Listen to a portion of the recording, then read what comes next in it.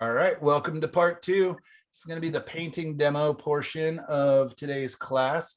I'll be working on the painting from last week.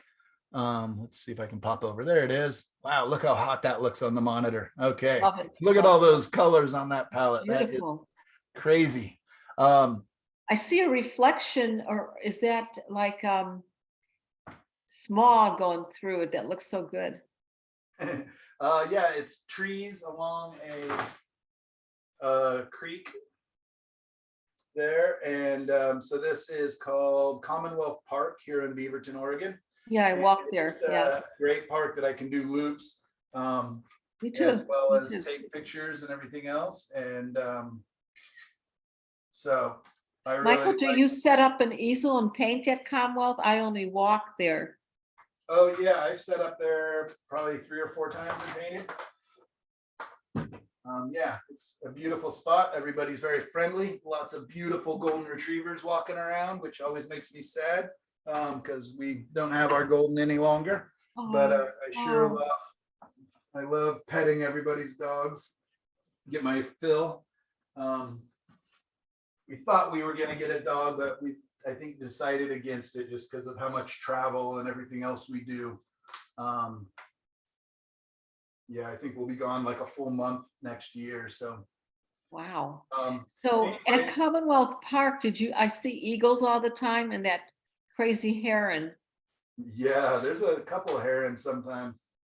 Yeah, and all the nutrias and lots of interesting ducks. Yeah, it's a fun lake. The water is kind of gross. I wouldn't really want to swim in it, but it's nice. So I told you guys I wouldn't paint on this during the week, which I did it, which is pretty amazing because I really wanted to. But it's given me a full week of kind of looking at it while I've been doing other paintings and prepping all those panels. And I really decided that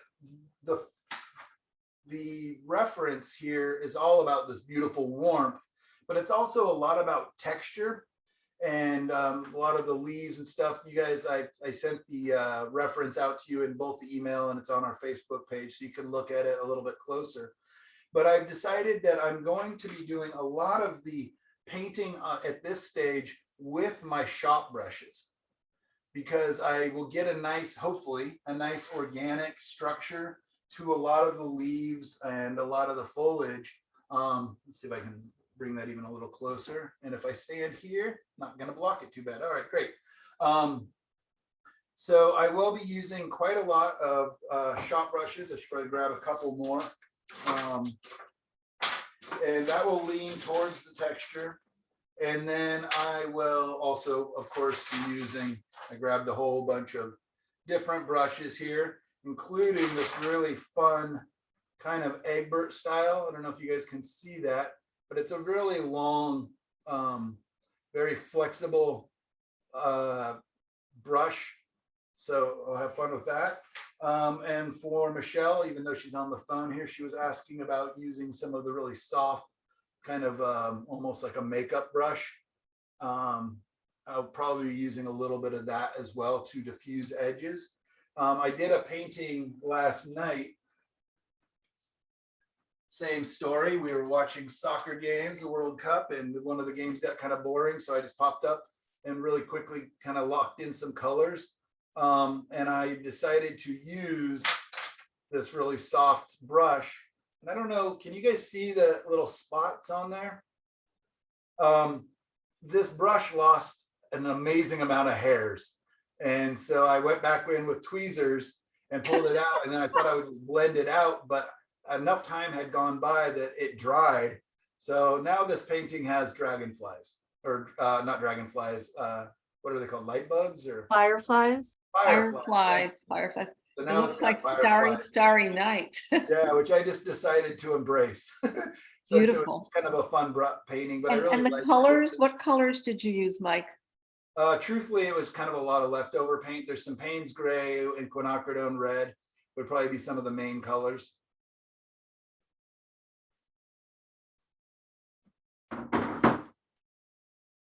All right. Do you have your self spotlight? Thank you.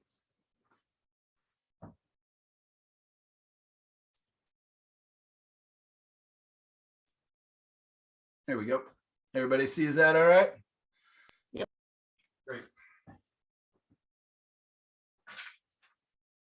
So I'm going to be just like I normally do, kind of working from dark to light, building this up. And I'm going to get a lot of texture down onto both the shrubs as well as their reflection in the trees and their reflections.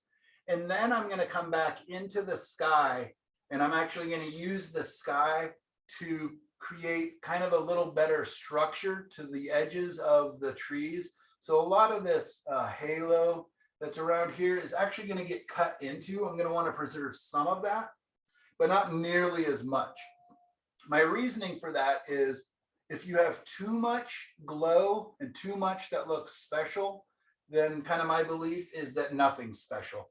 So I want to cut into that, bring back and add a better, more interesting form. So it's not just all so soft and shapeless. So I'm going to first look to my shadows. So I just grabbed some of the gray. Here's some of the dark that I saved when I was showing you guys about pulling up colors. I'm also going to let the shadows be pretty warm. So I'm going to grab a little bit of that matte transparent earth red. I don't have any black on this palette. I sure could probably squeeze out some black or some Payne's gray, but I'm just going to use my ultramarine blue. And right now I'm just looking for some darks.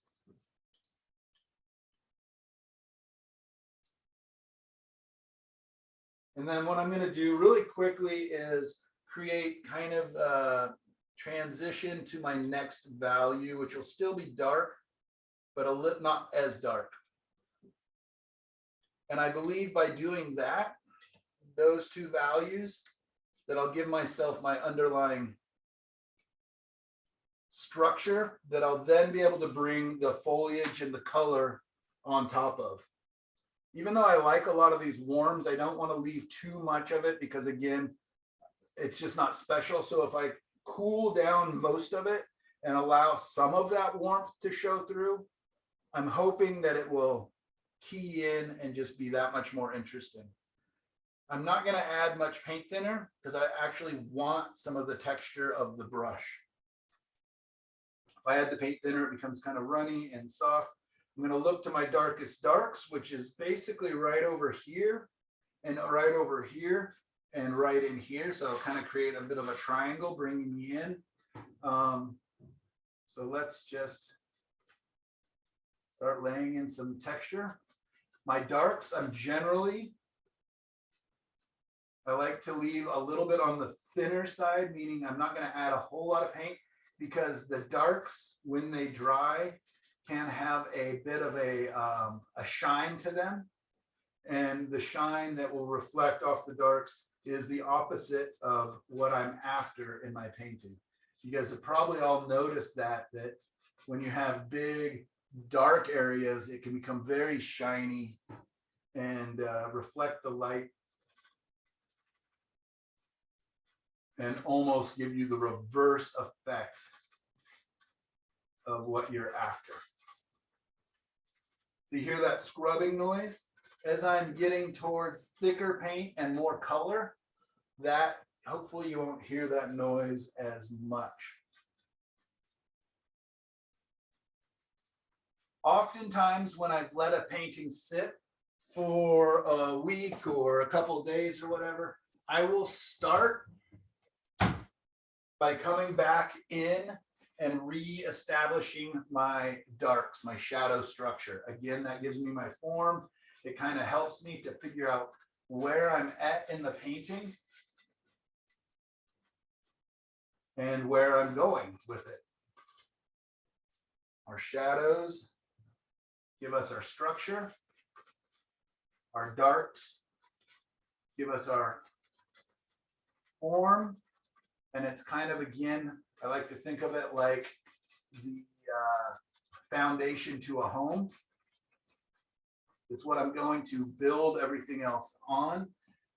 People won't really notice it. Nobody comes over to your house and says, beautiful foundation. but they will complement you on your drapes and your carpets and your furniture. But I just need somewhere for those things to exist. Boy, that's dynamic. Already that's beginning to take on more form, isn't it?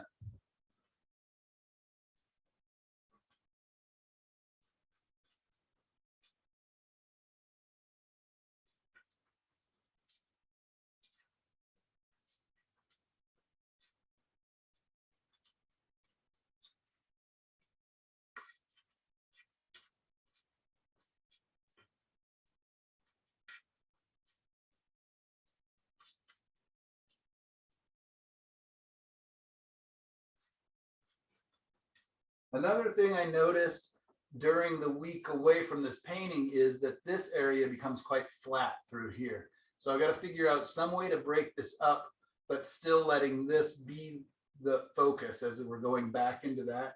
So I'm not exactly positive how I will resolve that. Maybe just bringing this shape there to kind of break it up a little bit. I just want to make sure I don't have repetitive forms too much.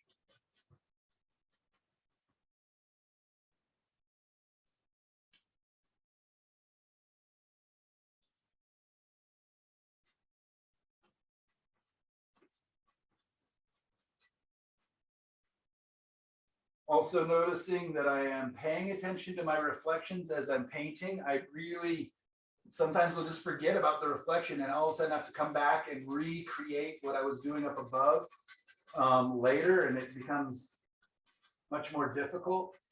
So I find if I just am thinking about kind of roughly recreating the shapes up above as below, or as below as up above, and doing them kind of together at the same time, it's much easier for me. Just kind of a mirrored movement.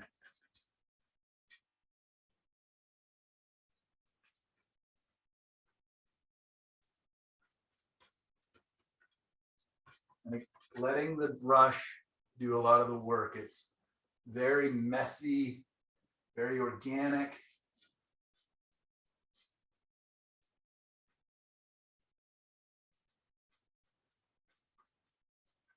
And instead of fighting that, I'm embracing it.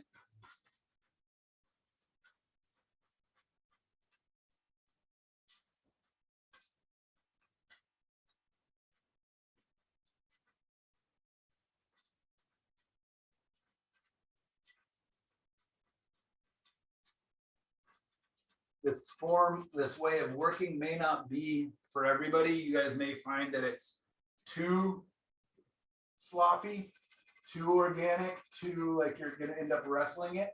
And it's also something I had to kind of work towards to get kind of more comfortable with.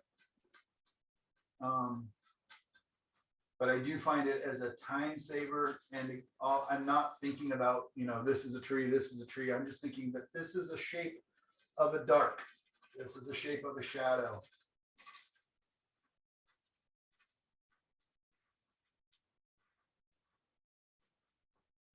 It's up to you as the viewer to see this as a bush or as a tree or as a leaf or as a grass. It's up to me to give you the value structure and the colors and the shapes to hope that they read as those things.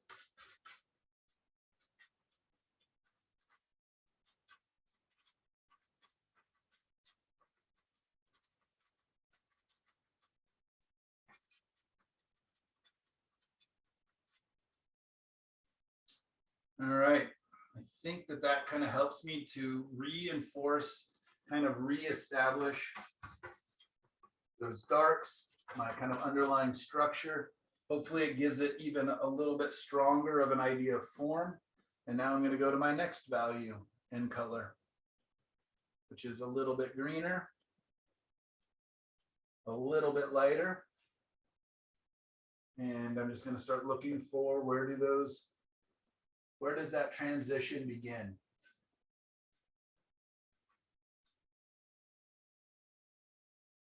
which objects are in the shadows, but getting just enough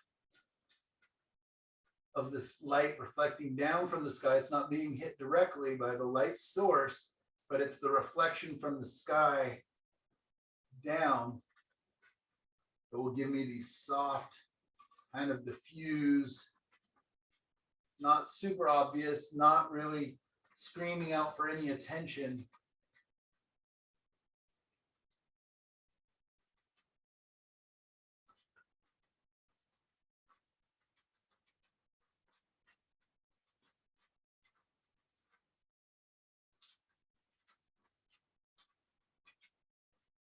Are you able to see that where it's just a little bit lighter in the shadows there?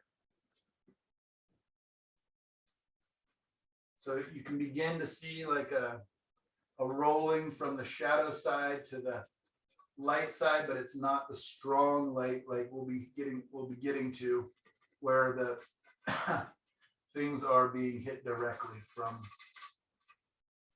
the light source.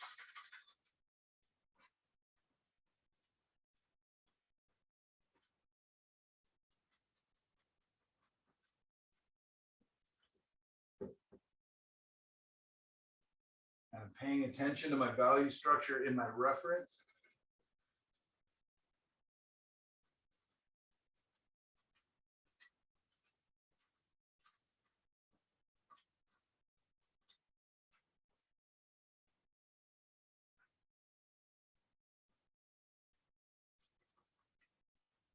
Is this way of working from dark to light making sense to you guys?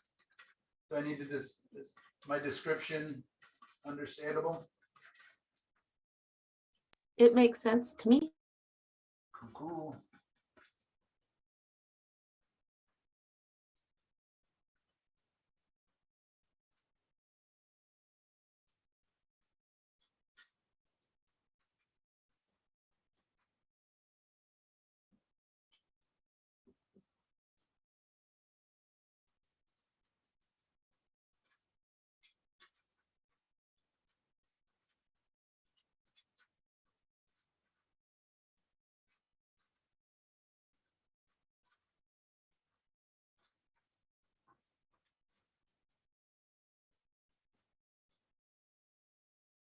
I could be doing these with purples and blues, all sorts of nice colors that I could invite into the shadows that might make it even more interesting and exciting.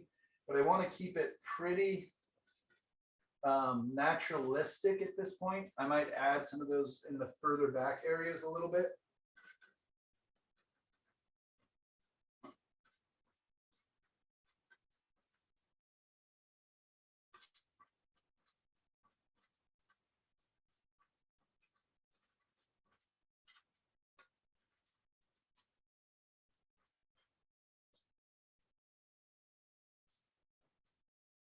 I had to step away so that I can make sure that things are reading. All right, I'm going to go ahead and lighten that green up and probably let it warm up a little bit as well. So maybe touch more of this transparent earth red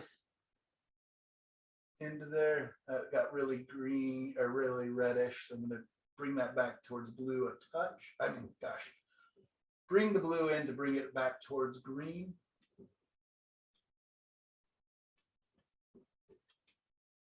Let's see what this looks like. This might be a pretty big jump.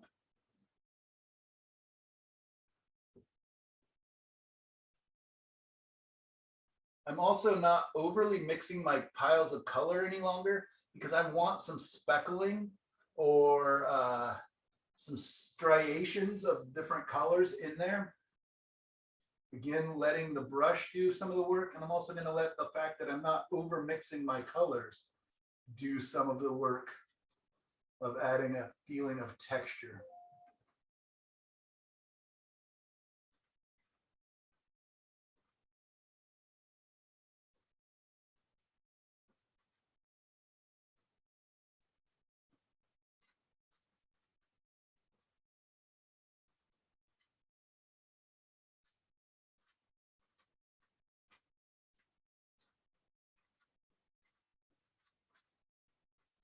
Really just trying to keep my brain in almost an abstracted way of thinking. Again, if I find myself going, you know, leaf, leaf, leaf, grass, grass, grass, anything like that, I'll often stop myself from painting. I will literally just say, you don't get to paint right now until you get those dirty words out of your mouth, out of your brain. You're just thinking values, shapes, and colors, values, shapes, and colors, not things.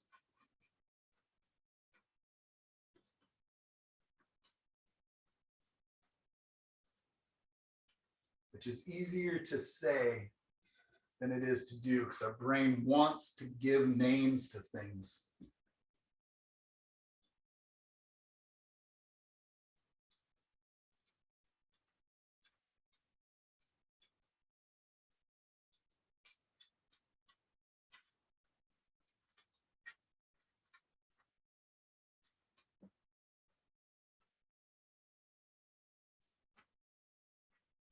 I want to get to the color. I want to get to the reds and the oranges and everything else that's going to come on top of this foliage. But I just got to remember, you got to earn that. Got to build up the structure, the foundation underneath. We're going to go from our darks to our lights, and from our calmer, earthier colors to those more exciting colors.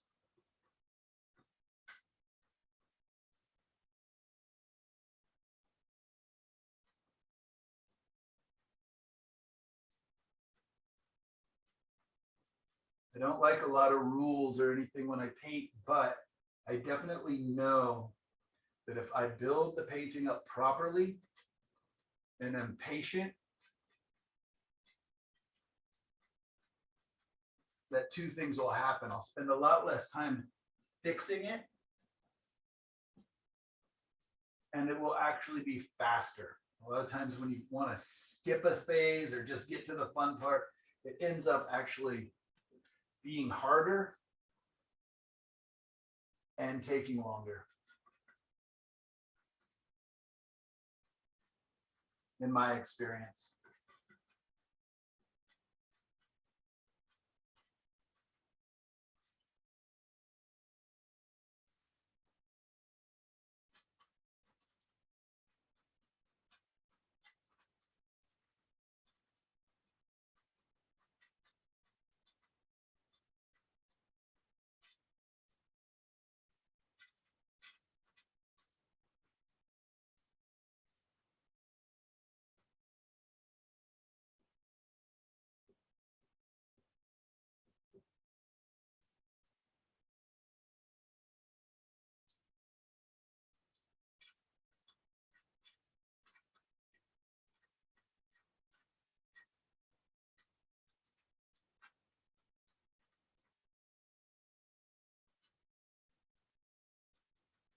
Anybody has any questions, feel free to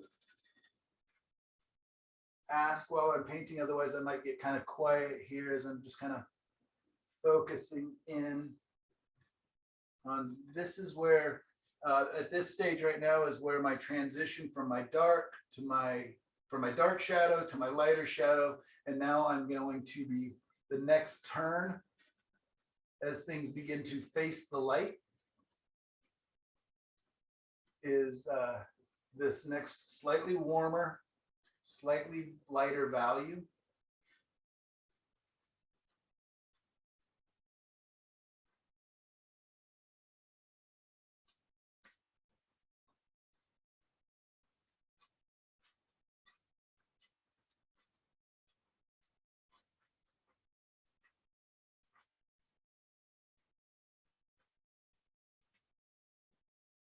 And I'm hoping that the transitions as things are rolling from the shadows towards the light, again, remembering where my light source is back behind here. Hopefully you're able to see that on the monitor. It's not too subtle, even though I want it to stay pretty subtle at this stage.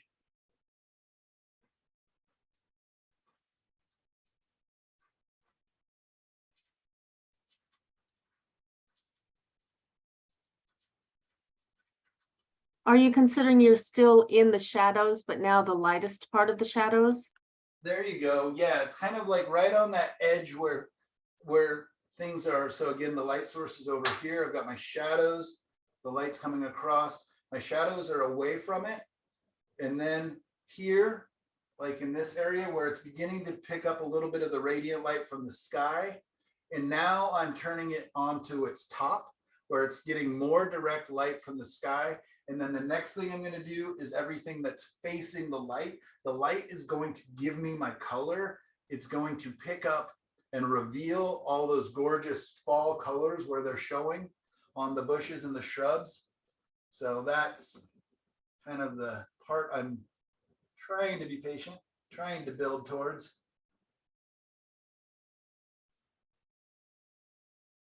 So yes, good question.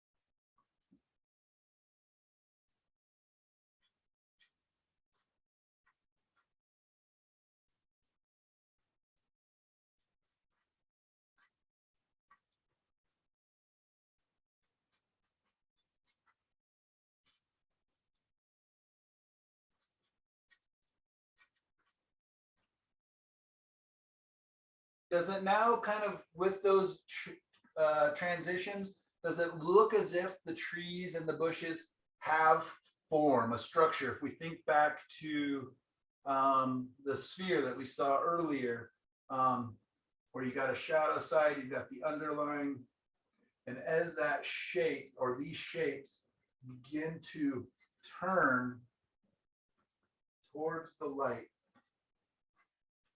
it usually takes 3 values to create form. Right now, we're kind of in our 3rd, maybe 4th value shift, and we're going to get one strong one coming up here in just a bit.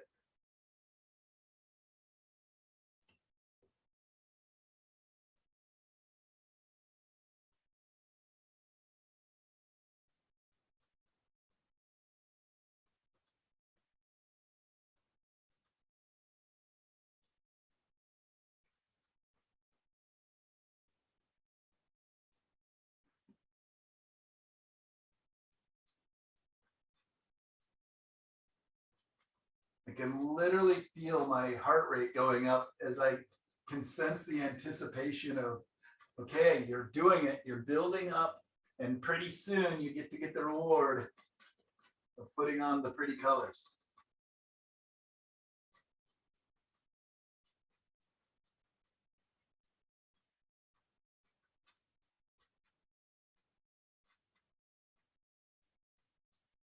It's funny, but yeah, I think of the different stages of painting and the different things I'm doing. So, you know, it starts with laying the palette out and putting the colors and laying out my brushes. And then then the next thing is putting in the structure and the form. And then my reward often is either the fun brushwork towards the end, the detail, or oftentimes it's the little splashes of color that might be revealing the, you know, bright part of the sunset or whatever else. But I really like that, that the painting kind of builds towards a crescendo. And again, if I'm patient, that delayed reward kind of an idea, it's usually more rewarding because it's usually closer to true, closer to right, and I'm not wrestling, I'm not fixing as much. I am going to take a step back for just a second so that because it's pretty important that I make sure this is actually reading. If anybody's seeing anything that's It way looks, out, it looks beautiful.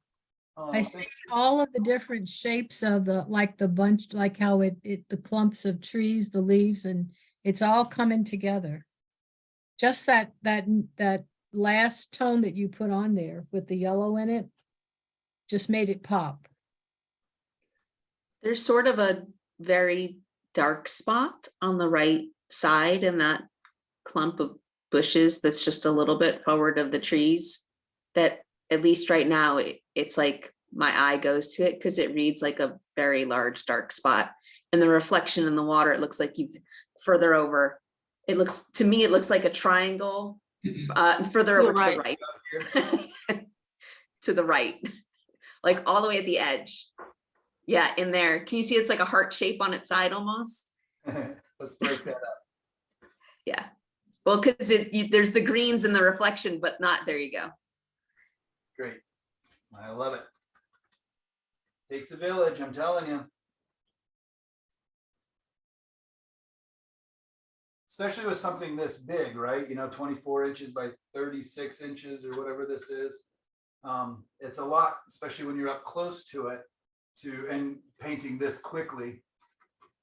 You know, if I were alone in the studio, I would be spending a lot more time stepping back. I just am terrified of dead air.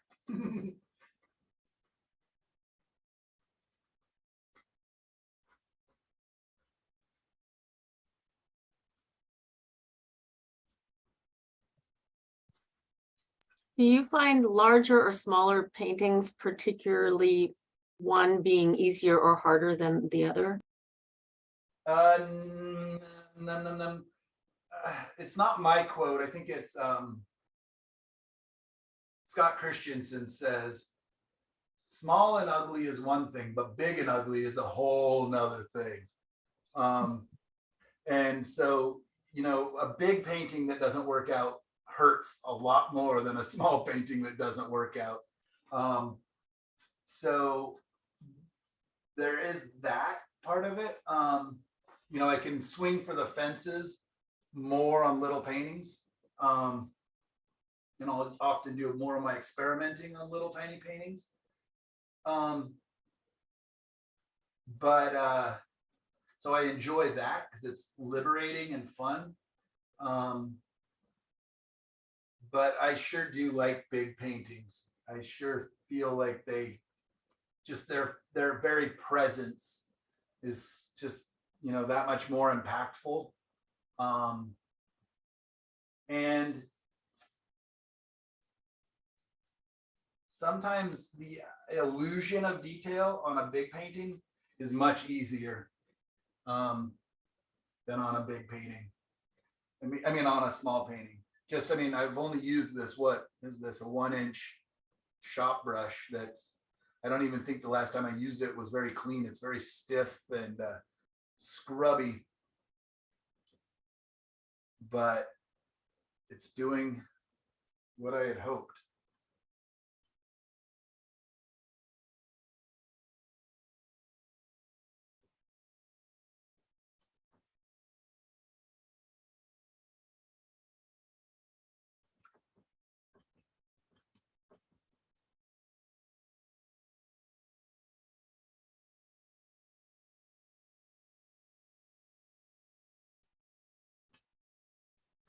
Isn't that a gorgeous little transition of colors there? Answer is yes. Yes, it is. Let's put it in. Here comes the light, I hope. Here comes the color. Light reveals color as a general rule.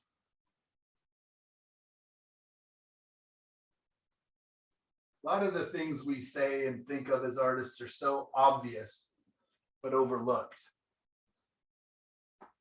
But if you think about, you know, in real life, you need the light in your room or in your house to reveal the colors.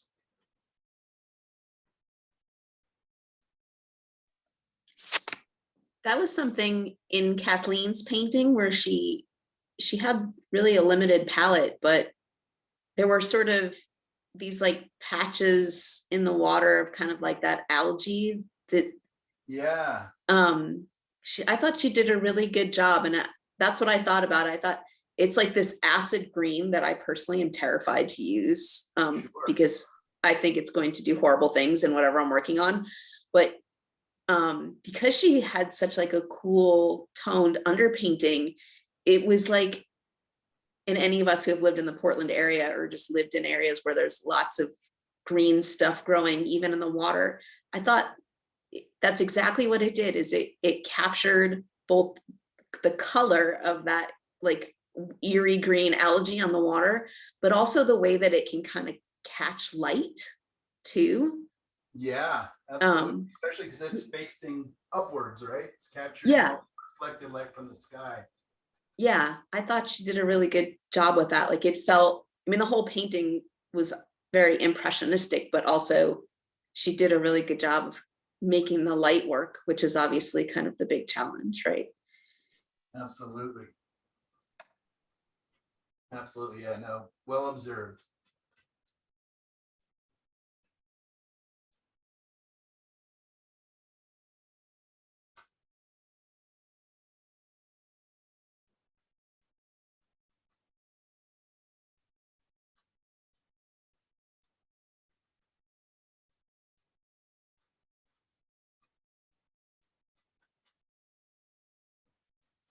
Gonna wipe back some of this. I got it too dark right here. I actually want this area.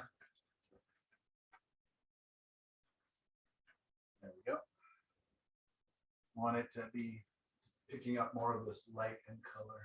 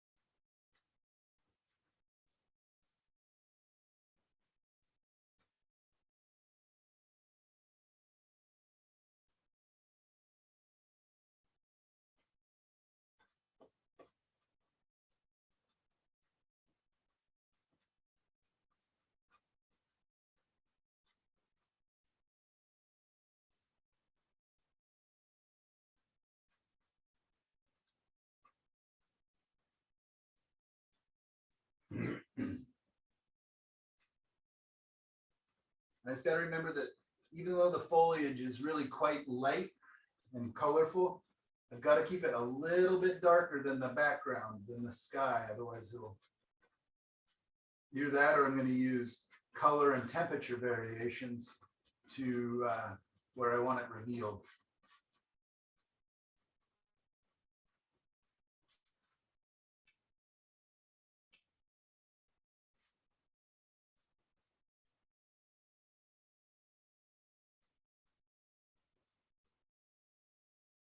So fun. I just really love just seeing how things turn and begin to pick up the light, hopefully successfully.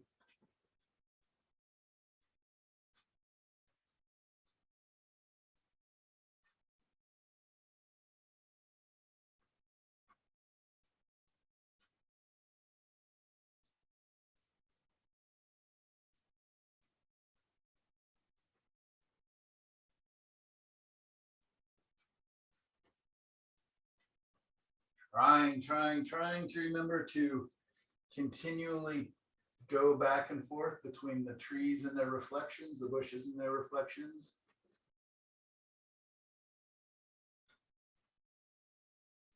Especially since I'm making up such arbitrary masses of color over here, it'd be really hard to probably fully replicate any colors.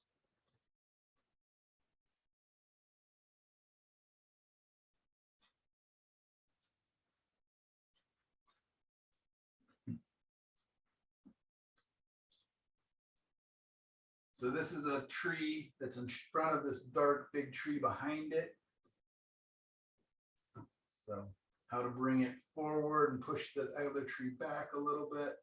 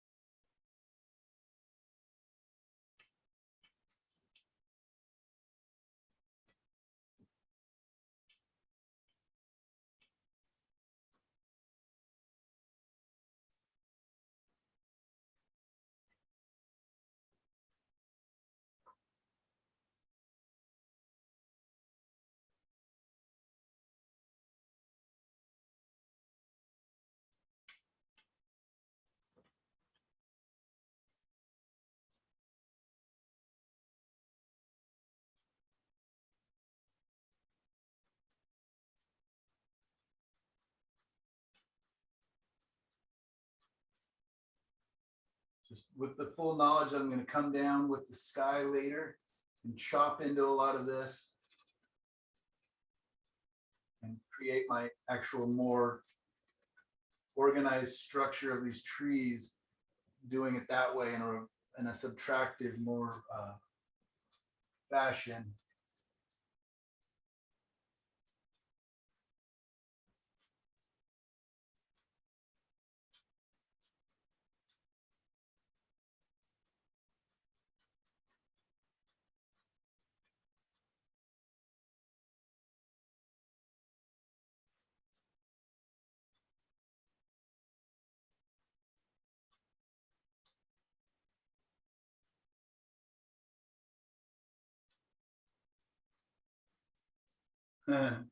Looks crazy on the monitor. Looks crazy on my painting too. I have to decide what's going on there a little bit more. I think what's happening is I've lost my transition.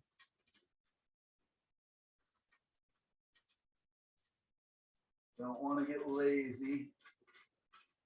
My instinct would be to start scrubbing things down to create just a simple, soft, gradiated transition, but I want to challenge myself a little bit in this painting to Beautiful, just beautiful. make my transitions in paint.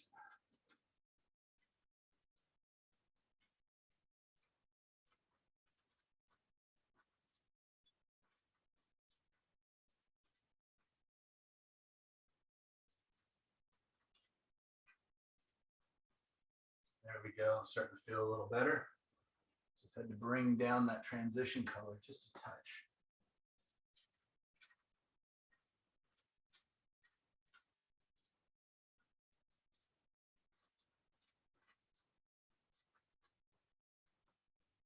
Holding the world's dirtiest paper towel here for far too long because I ran out of paper towels. So I made that last one last until my fingers were covered, but I have a whole nother bag.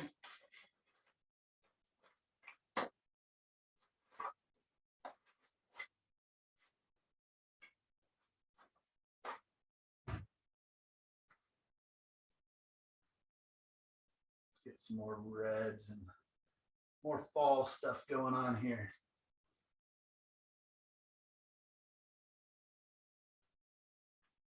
Got to be careful because there's a lot of cool things going on in my photo reference over in this area, but I don't want the focus too close to my edges. I want to keep it leaning in. That's too warm. It's picking up more of a diffused light.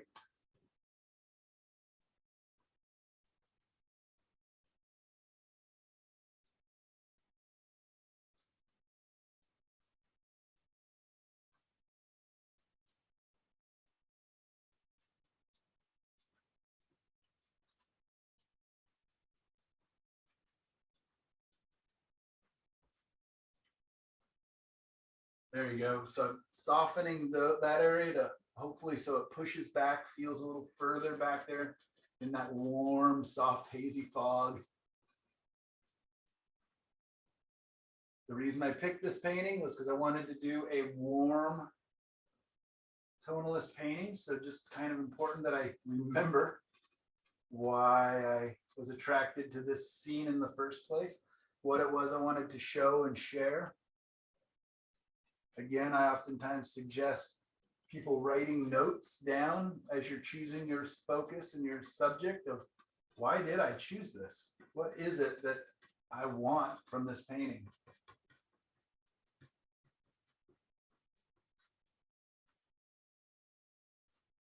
All right, let's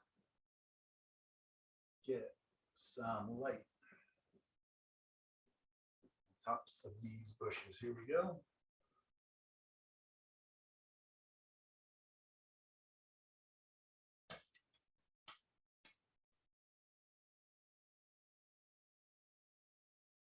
As it turns towards the light.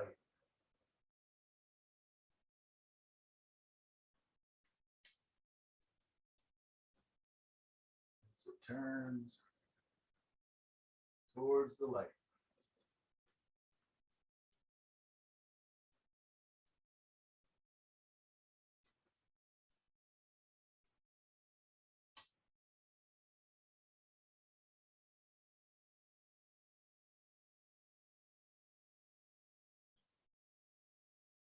as it turns towards the light.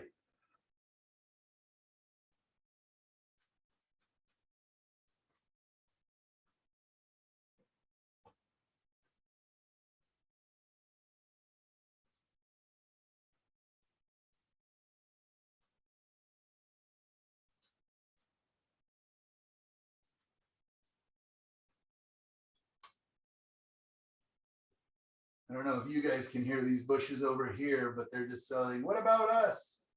Don't we get some light?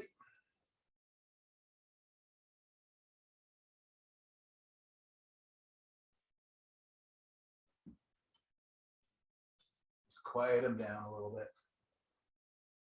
Give them some light. They've been very patient. Whiny, but patient.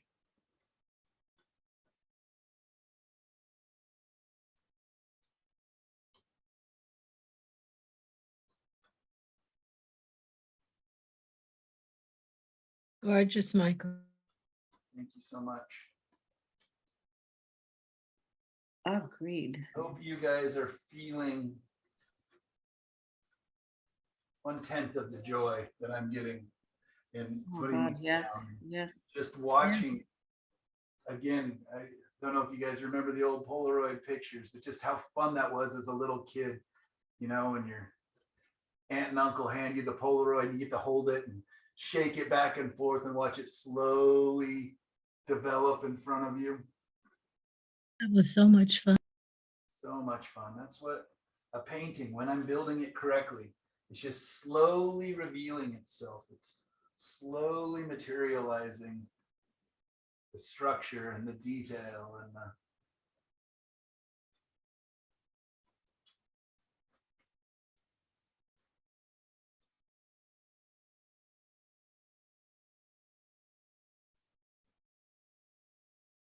kids these days, right? They have no idea what it was like to wait a whole minute or two to watch your picture and see what you just took a photo of.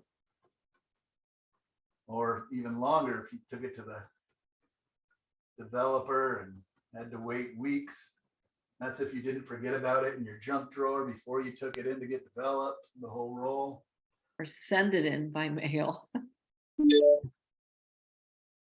That's what I, Yeah, to send it, the rolls in. Yeah, my daughter's rediscovered point and shoot film cameras, and she just loves it. And whenever she goes to friends' parties and stuff, she does that. And she just loves the quality of it.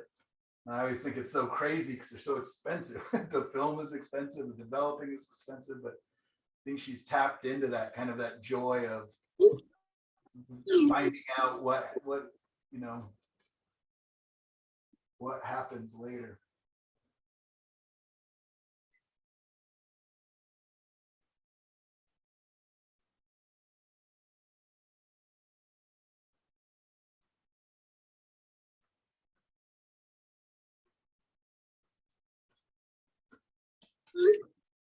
We used to love to do with the camera was take a picture of us all surrounding somebody that wasn't there, and then do the same picture with a small child, and then switch the pictures and tell them they were invisible for a while.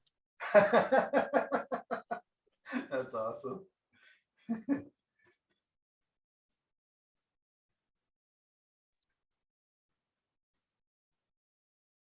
Great until my brother took one of the pictures to school and showed how invisible he was, and the teacher called, "What's going on?" This is borderline abuse. You're convincing him. That's funny. There's a great video on YouTube about this magician who does that. He gets the whole crowd to, you know, in a park, in a natural environment, in on the joke, and then basically makes something disappear, and then he asks for a volunteer, and all the crowd is in on it, so they all just act like they can't see him, they can't hear, you know, they freak out when they can hear him because he's walking around the crowd. It's really intense, and you could just feel this man's fear because everybody's just pretending they don't see him. the emperor's new clothes. Yeah.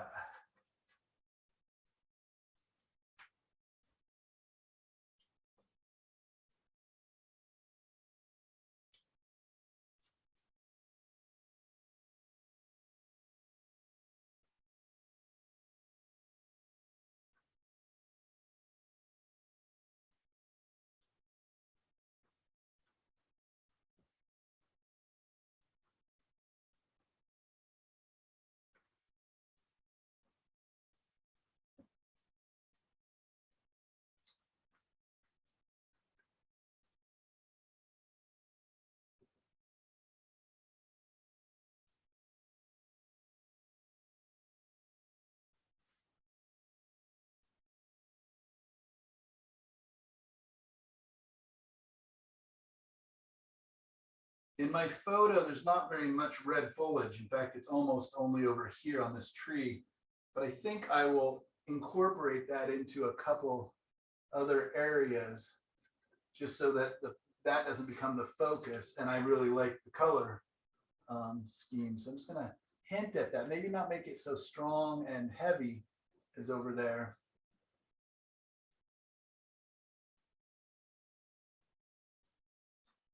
I'll bring little hints of that red speckled in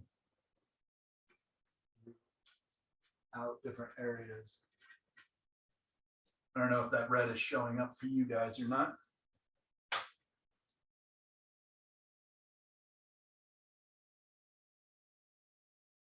Not too much. Not too much, pretty small for this big painting and how far away the camera is. But it's so lovely.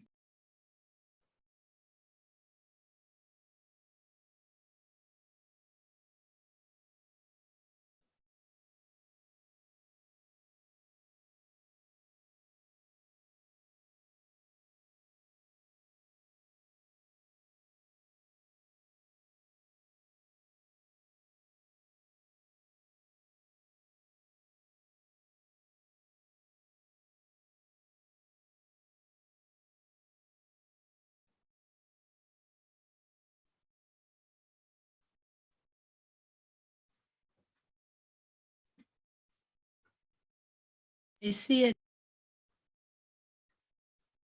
What's that? I see the red now. There you go. Yeah, a little more obvious over there.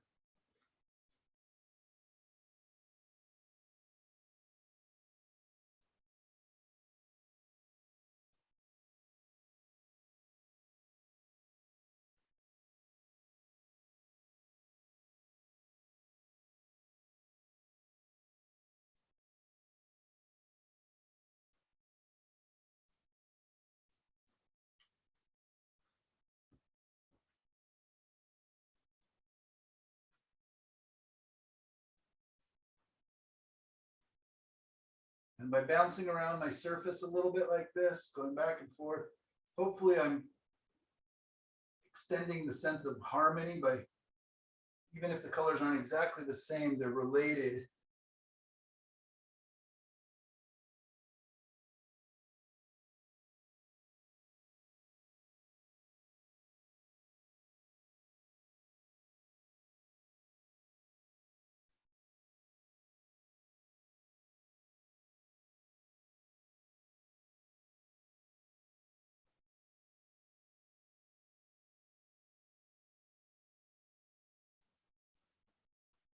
I think what I'm going to have to do now is probably come in and attack that sky a little bit to give us the structure, and then I'll be able to judge. And what I'm doing now is just brushing out the edges a little bit so I have less paint, so that when I come in with the sky, I don't have big thick paint to be wrestling with.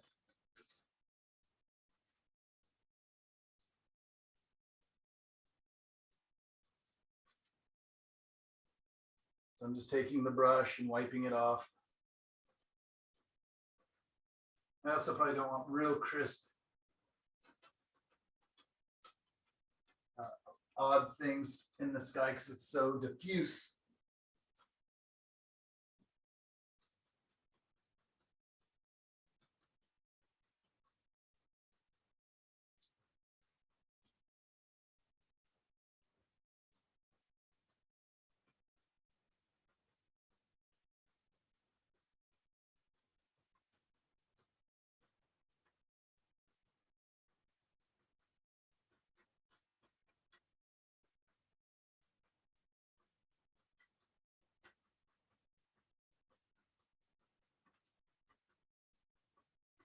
Remember, with my reflections, I'll oftentimes pull down and then move across. I just find that that is an illusion that reads pretty well with reflections. Plus, it helps my darks to not be so dark and my lights to not be so light. So remember, in reflections in water, oftentimes your brights aren't as bright as the thing they're reflecting, and your darks aren't as dark as the thing that they are reflecting. Also, depending, of course, on if it's fully mirror-like reflections, which these are not, you just don't want the crisp. That's the part I can't do. Everything smears when I go back to just lightly touch it. Isn't that funny? Yeah, it's, I don't know. I mean, that's why I have my paper towel with, you know, I just keep cleaning it off every time I end up feeling like, oh, there's too much paint on there. I'm just gonna muddy everything up. But yeah, so much of painting does become just getting used to the pressure and changing the grip of the brush. And, you know, those are things that are really hard to teach. Those are the things that literally, you know, as sad as it is, come about by lots of time on the paintbrush, lots of time on the canvas. And I still have so much to learn and practice when it comes to all that. In the spring, isn't that when you do the class that includes water? Yeah, we're gonna do what is it, clouds, trees, and water in the spring, which we'll talk a lot about, yeah, just different textures, different brush marks, and yeah, just brush handling, I guess. And reflections. Reflections, yeah, all the different things that help us to reveal our style, as it were. And, you know, because we're all going to be different. We're, you know, some of us are more impressionistic, some of us want finer detail, some of us are just really joyous and loose in our brushwork. And the brushwork is what reveals so much of that. It's, you know, it's like your signature. So hopefully I will give you guys a lot of fun ways to discover what works, what helps you to reveal your innate signature when it comes to painting. So Michael, I took that class from you last year. Is it going to be identical or anything additional?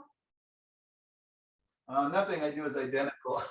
Because I'm always adjusting it according to you guys as well. But no, I mean, you took this class last year, didn't you? The tonalism class? I don't know. I've taken 4. I've lost track. But so I mean, I definitely really thought that water and trees and rocks was so helpful to me personally. So Yeah. I'd take it again, but I was wondering if it was just a stamp or you're going to add a little bit something different. Oh no, I always change it up. And like last year, I kept promising that we were going to get to more ocean stuff, and we never. Oh yeah, at the time, there's just so much to yeah, cover. we did. That's right. No oceans, but I will take it again too, because like I need remedial classes. I flunked math and had to take summer school, so I'll just keep taking the classes till I can do what you do. There you go. Thank you for all that you do, by the way. My pleasure, and thank you. And happy birthday to Michelle. I'm going to have to get off soon. Thank you. Michelle, yeah, happy birthday, good health. Yeah, Thank you. And Michael said you live in Hillsborough. I live in Raleigh Hills. When it gets warm, if you ever wanted to try doing plein air together, I've not done it. I would love it. Me too. And everybody, such a pleasure to work with all of you. So Michael, thanks so much. Yeah, just so you know, what I'm going to do now is basically get into the sky, and I'm going to be bringing those edges down. I don't want these trees to be quite as tall, so I'll be chopping down in, trying to find interesting shapes, providing some sky holes for a little more interest and everything else, and it's going to gradiate out from the light back kind of behind this tree, gradiate out, and then the same in the inverse. Yeah, but did that all make sense about just building up the structure and everything else in there? I can move it a little closer so you guys can see that. It did. It's beautiful. Is it going to be recorded that you doing the sky? Or can we Yeah, I'll watch? record it. Okay, because I'd love to see that because, Me too. and I'm gonna take What your we could next. probably thing. do is take a Yes. little break and I can just keep painting. Yeah. So if you guys don't mind hanging out with me for a little longer. I don't. And my husband said I could take your next painting in class and the next one. Thank you, husband. That's great, Linda. Yes. It's a pleasure Renita, having you can come paint with us outdoors with Michelle too, because you're in Portland, and anyone else that lives in Oh, Portland. no, Linda's not in Oregon. No, Yeah, no, I I'm love in Arizona. painting out in plein air. I haven't done it, so I'm scared. Linda, where do you live in Arizona? I want to move to your no rain city. Okay, I live between Phoenix and Tucson. I lived in Phoenix for 20 years and I moved out here to the desert. It's the Sonoran Desert and it's actually called the Blackwater Range. And I didn't ask my husband why, because I think it has something to do with Ormy installations and all kind of whatever they do. But it's absolutely gorgeous out here. It's just gorgeous. And it doesn't rain very often and rain is a total event. Well, you're an Arizona salesperson because you love it so much. Yeah, no I kidding. do. I do. We walk in the rain here. It's so gorgeous, it's gorgeous. You should have seen it last night here. I didn't sleep. Oh, it was crazy, right? Yeah. Oh, God. Yeah. Anyone else? The gutters. I wish I had those gutters that don't make noise. And we have a couple of big pine trees that were just, it felt like somebody was just knocking on our roof with all the pine cones falling down all night. Oh my God, the crafts I could do with pine cones? I would love pine cones. We lost our 10 by 10 tent that was over the grill. Oh, no. Where is Last it? night. It collapsed. Oh, I see. Oh, it was horrifying last night. Non-stop on my gutters. We don't have a lot of tall trees here, but I have two huge eucalyptus trees, huge for this area. They're bigger than anything else on the horizon that anybody else around has. And the wind is sometimes 60 to 90 miles an hour through here. And we just, all of our, everything has to be battened down, everything. Yeah, you don't have anything to stop the wind out there. Nothing.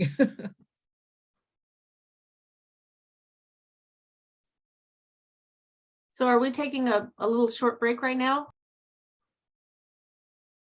Well, I cleaned my palette so I'd have a clean area to mix sky colors. And I'm now stepping back to kind of look at it because I've got to kind of plan, where the sky is going to come through. Because I don't want it to be, too broken up, but also don't want just like a big dome here. So I'm just kind of imagining, because in my reference, it's almost like a straight line. And I don't want that. And I'm loving the transparency of these oak trees on the horizon. So I'll play up some of that. So yeah, I'm just kind of stepping back. So if we would like to take a, say, 5-minute break, I will sit back and observe this painting for a little bit. Excuse me. And I will just keep the camera going and keep class going. So, everybody's excused because I don't want to take up your afternoon, but I'll go get a little glass of water. You can hear my throat cracking. And just keep going, if that's okay. And it will be recorded. So again, if you want to come back, you can just fast forward to the 3-hour mark and watch the sky painting. Hopefully it works out. And with that, let me know. We have the sign up for the color class this winter, which is always super fun. Probably one of my very favorite classes. You know, I love color as well as tonalism. I really like design and structure. But with the color, we sure have a lot of fun. I'll talk about the split primary palette that I like to use, as well as other experiments like with the CMYK colors and different things like that. And we will be leaning in towards impressionism a little bit. That's my excuse to get a little more Monet and get a little more paint on my canvas, which is always fun for me. So anyways, if that's interesting, and otherwise I will have the clouds, trees and water, whatever the name of the class is, in the spring. I don't usually teach in the summer. I did last year for a short 4-week course. But usually I'm traveling and doing shows and camping and stuff during the summer. But my daughter's a grown woman now and doesn't need me. Poor dad. You've Yeah, but I'm always also used your not driving parents. her from sports to sports to sports all day. So I get a lot more. What kind of sports does she play? Well, not anymore. Well, now she still does soccer. She has a soccer game tonight. But it used to be I was the driver because I was the, stay at home, work in the studio dad. I drove all the kids around, which was always great fun. I loved the kids and I sure learned a lot about them. They kind of would forget I was there and just start talking, and they weren't. Anyways, It's always interesting. glad I got to be a part of that and do all that. I've been very fortunate as an artist. I've been very fortunate as a dad. Very fortunate as a husband. Everything's worked out well for me as far as all that's concerned. All right, I'm going to take a 5-minute break, step back, and then we will come back at noon and I will start painting the sky. So anybody have any parting words for anybody that's leaving? Any questions or anything I've neglected to talk about? Nice being here with all of you guys. Nice meeting you for the first time. And if you take another class, I'll be here for a few sessions. I have a lot to learn. I Oh, need to thank you. get back into it. And please, you guys, post your paintings. Keep posting. We'll keep the site alive. We'll keep it going. So, Michael, this is Susie here. If I finish that Elizabeth Tolley painting, the one I showed you from that book, and I post it, even though it's not a class, I do not want to take advantage of you. Do you just go back in there and comment on your past and present students? I try my best. Well, you are the man. Thank you so much. Try my best. I can be a little neglectful and a little busy, but No, I you're try. perfect. Everybody be well. Wonderful to work with all of you. Bye. Bye.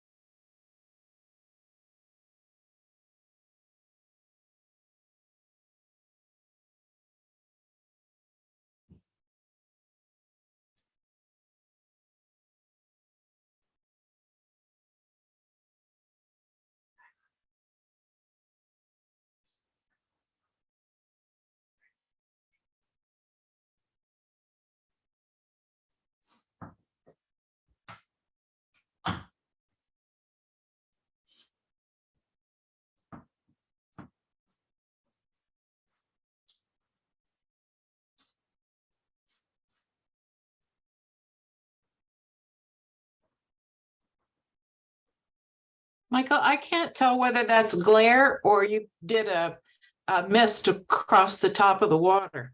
Yeah, it's mostly glare, but I do that on purpose so that the water picks up a little bit of the glare. Okay, So sideways brush strokes will typically pick up a little more glare because most people have lights from above. uh-huh, So sideways brush strokes will pick that up a little bit more. Also, if I'm using thick brush strokes and do them sideways, they'll cast a shadow. So I can also use thick brushworks, cast shadows sometimes. okay. Thank you. Mhm. Good question.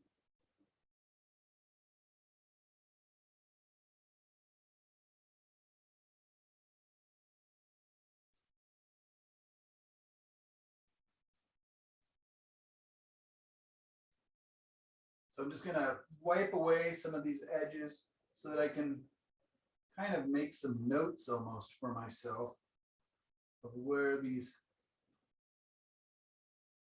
trees are.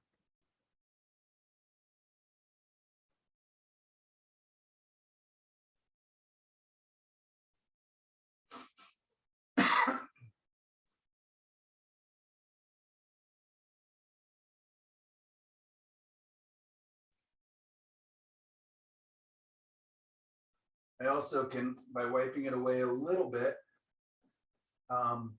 I will be able to use some of that warm color that's underneath there a little bit.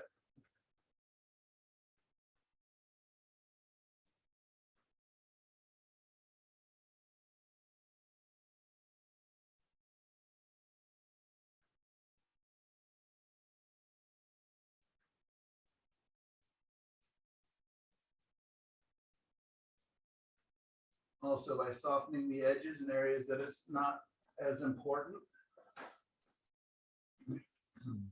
Hopefully control the viewer's eye just a little bit.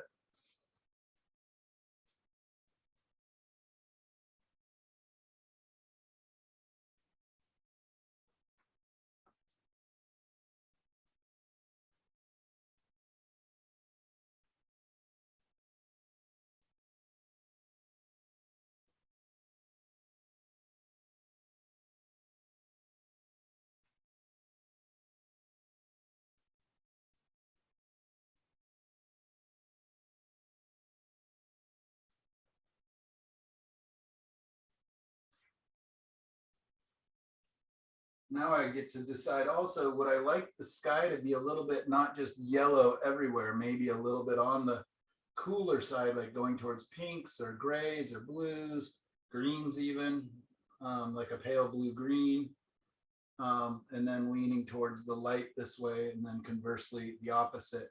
So I like the fact that it's just so warm, but I feel like if I maybe gray it down a little bit far away from the light source, that it'll make, again, this more special. If everything's glowing, then nothing's really glowing.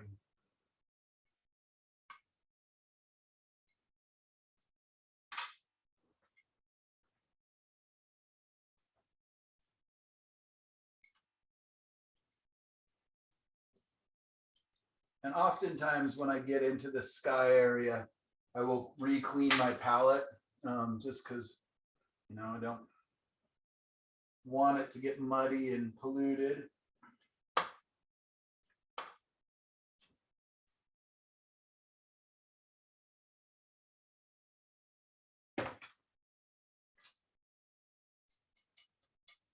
I feel like blue gray, but pretty, it's going to be quite light. It's not going to get dark. Would really help to contain the warmth along the horizon and behind this tree and make that a little more special. So what color is this that I ended up with a bunch of mud of?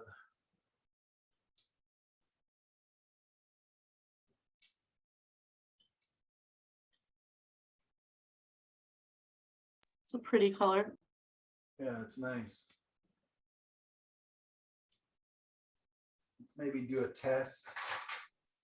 What was the dark color? I have no idea. That was when I Oh. scraped off the when I scraped off the palette from before. So it would be related because it's all from the same colors. But that was, remember, I scraped one color and made the oranges and one color made the darks. It's going to put it up here next to these warms and just kind of see how does that play.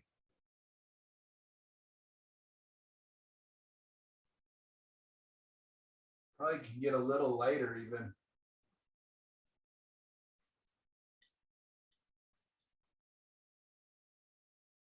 I'm going to invite a little bit of this pink gray, so it's not quite so cold.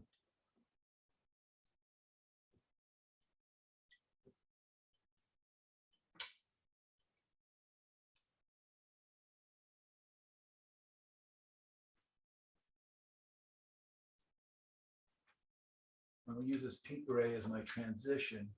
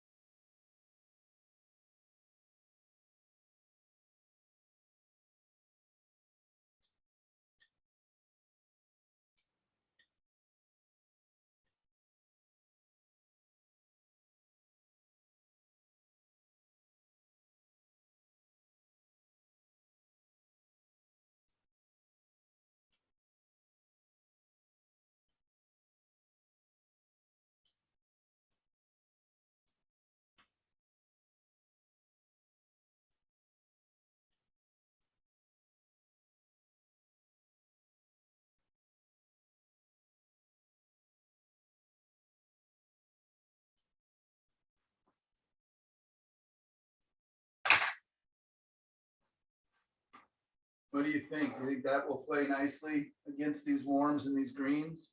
I think so. Let's see, yeah. And I got to get it all the way to bright yellow.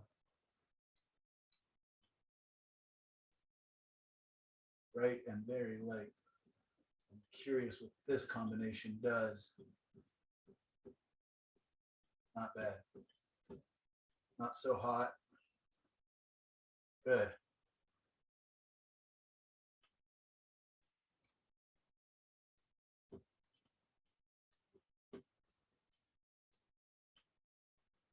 And we'll let it get a little warmer.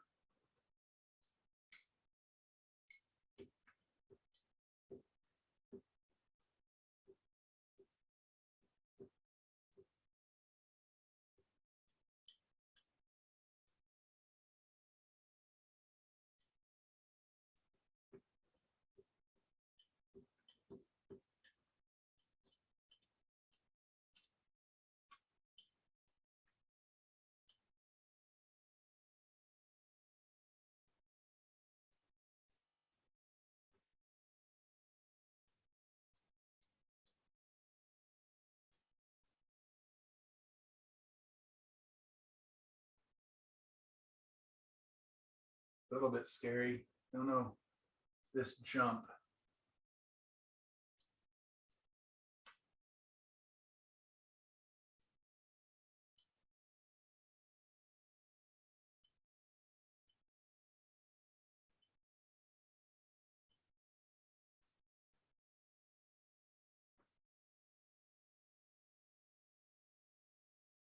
Really trying to imagine. So this would be my peripheral area right along the edges, up here, down through here. And then this will be, probably needs to get lighter. Kind of the transition as it starts to warm right along here. And then this color is about this distance. Here, most all the rest of the sky, then getting into the warmth over here. Whew, scary. It's a big decision. It's a lot of space.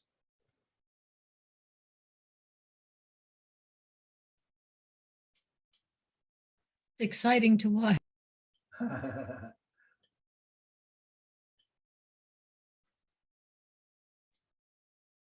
Water is beautiful. So this one is kind of, would you say it's more about, going to be about the sky and reflection? Or Yeah. all, Yeah, definitely sky and reflection. And then also, again, I may bring in just a couple grasses like they're in the water, or maybe a lily pad or something. I don't know. I mean, it'd be nice if I could just have it like this, just big and open, and not have to use anything in the foreground. But I'm scared of that oftentimes. I don't trust it all the way. So I kind of decided I would go for that and hope for the best, let it sit, and then if I need to, I'll bring, a little bit of something into here. it's almost like maybe you're on a canoe or something looking at in the water. That is kind of the feeling. And I get a lot of comments like that on paintings I do like this, of people saying that, oh, this reminds me of my favorite thing, out canoeing on quiet mornings or evenings. And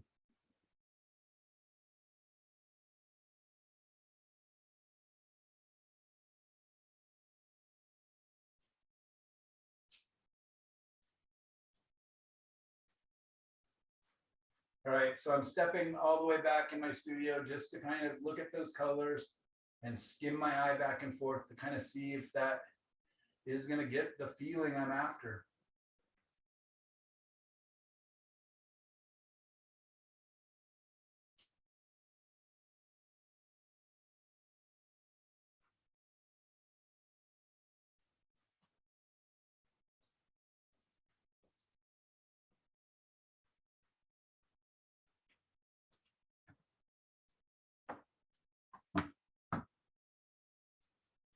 Almost ready.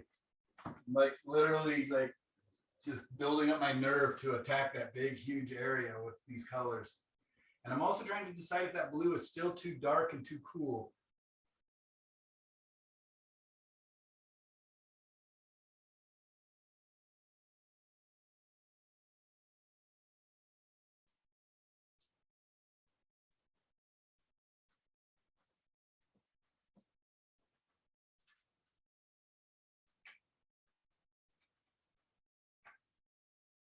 All right. Not sure which one of you I get to blame this on, but here we go.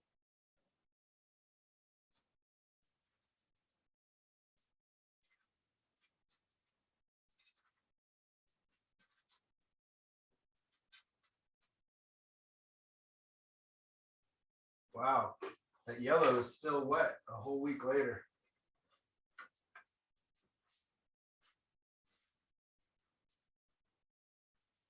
I think yellow is it takes the longest for the yellows to dry. Yeah, yellows and white. Yeah. Yeah. Yeah, look at that. I picked it up and it's just green. Try to wipe some of that off a little bit. But I'm not too, maybe green will be the right color because I want the reds and the.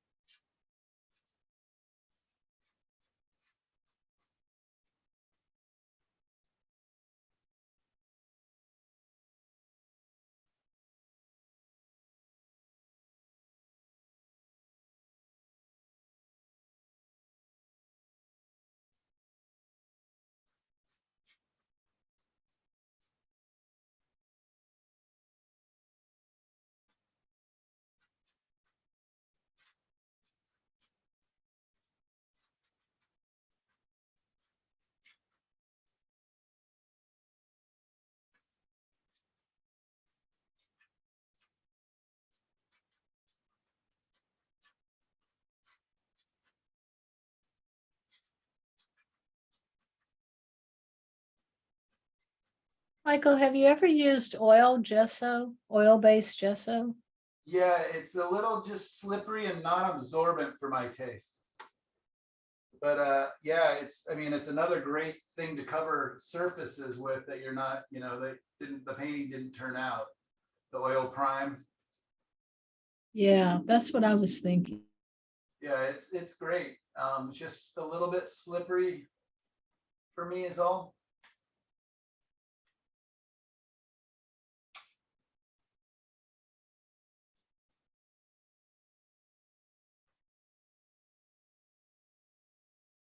But yeah, I definitely own it and we'll use it from time to time.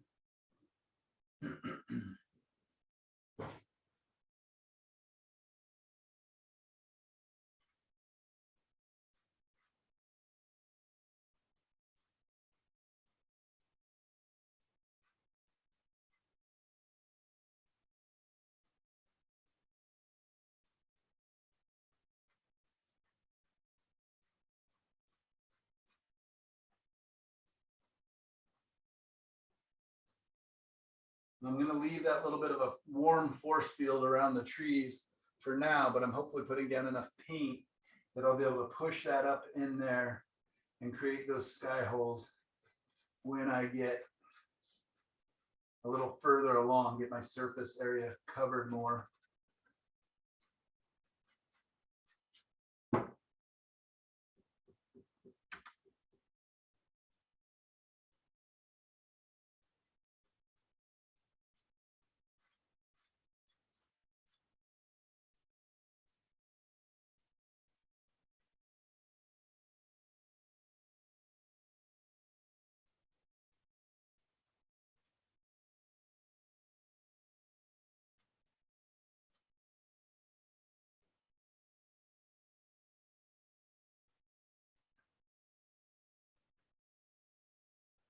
Scary, isn't it?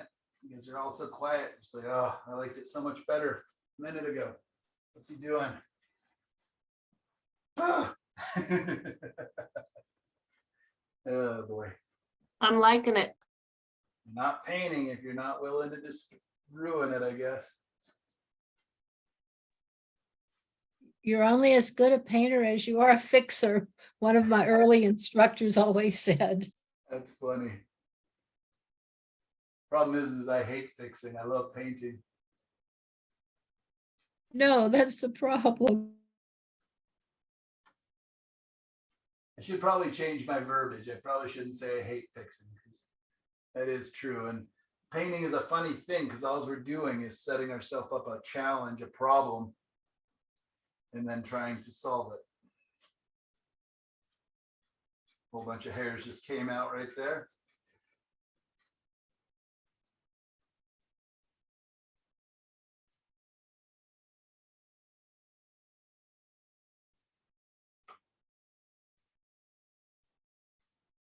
Oh, I'm getting so lazy. I'm just way overusing my paper towels.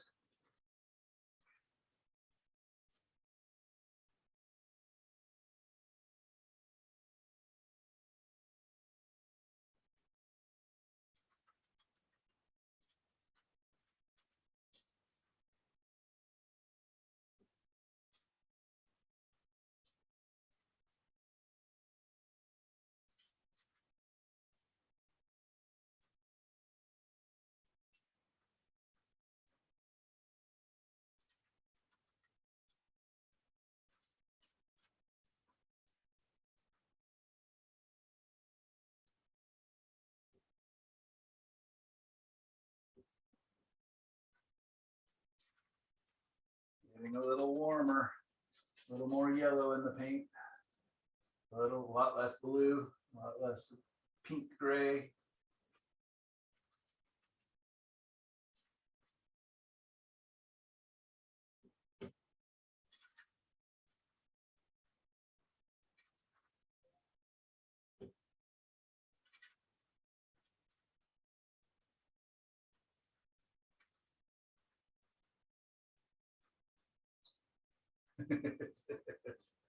Really just makes this look so hot.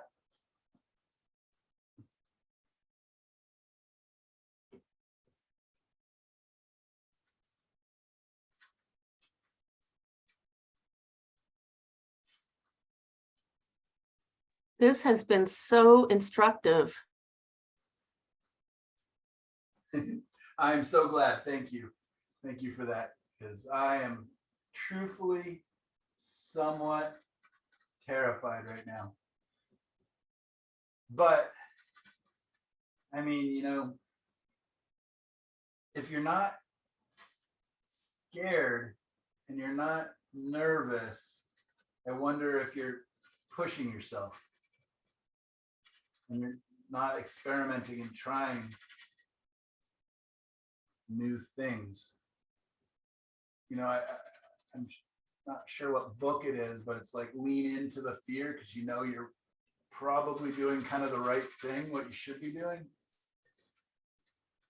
Exactly. You're on the brink of just a beautiful, gorgeous painting. There you go. I wish that's what fear always meant, but sometimes fear is there to like, hey, careful here.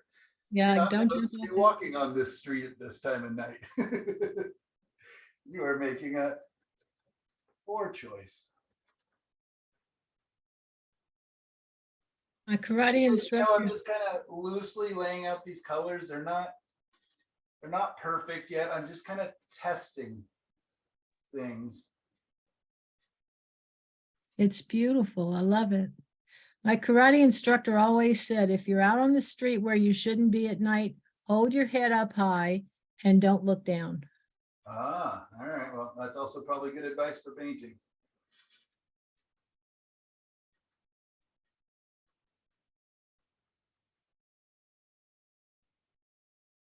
Good also part would have that sentence would have been, and no karate. It was hard. What's that? Karate was not my thing. Okay, I've got the colors down. I'm gonna do the same thing I just did. I'm gonna step back. And then I'm gonna smooth them out, the transitions, but I'm gonna do it in an impressionistic way. I'm gonna kind of break it up. I know that it looks, whoa, look at all that light coming in.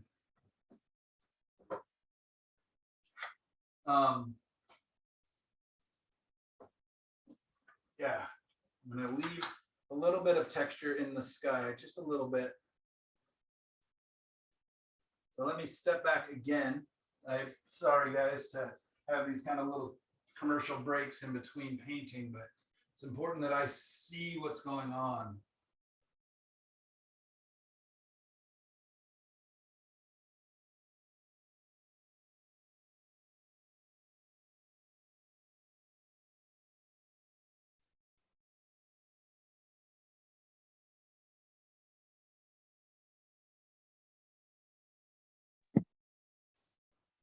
Michael, it just seems like the bluish color is not working real well with the trees. Right, yeah, I'm a little bit nervous about that, but I'm curious when I hug it up against it. So I'm not gonna have that red glow right there. I'll bring that blue down over the top of it, most of it. Because most of the glow is gonna be here and then along the horizon and a little bit on this side of the tree. So this side of the tree will not have as much or any of that warmth hardly showing. Okay. I'm going to bring us back, but yeah, you may be right. And if I kind of smooth this out, it's going to get paler.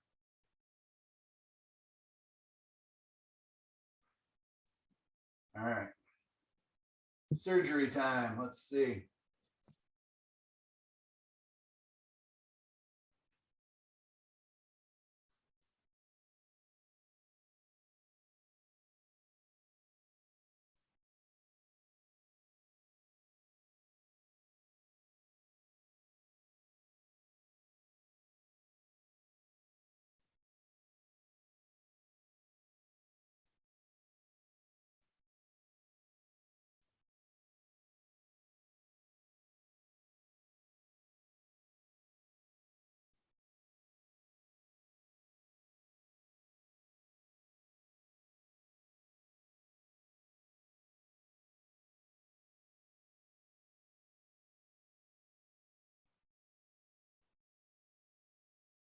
So That's hopefully nice. these trees are beginning to take on a bit of personality, a bit of form, a bit of individuality.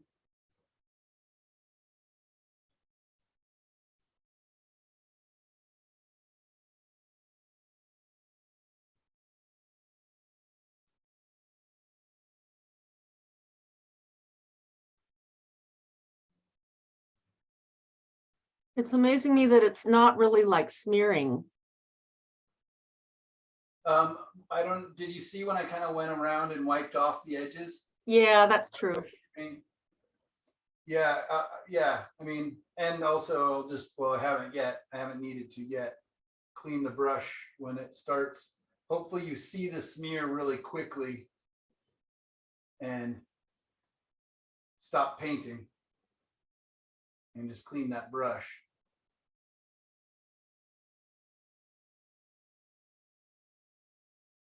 So this color cooled down a lot right through here, so I'll warm that back up. I got the white on there.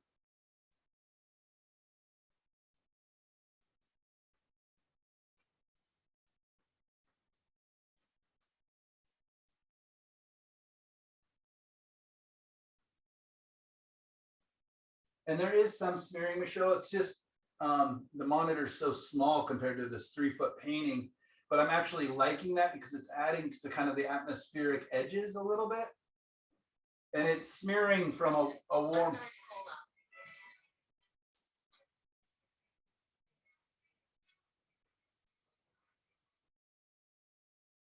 Weird. My phone started ringing and taking pictures like crazy. I have no idea what that means.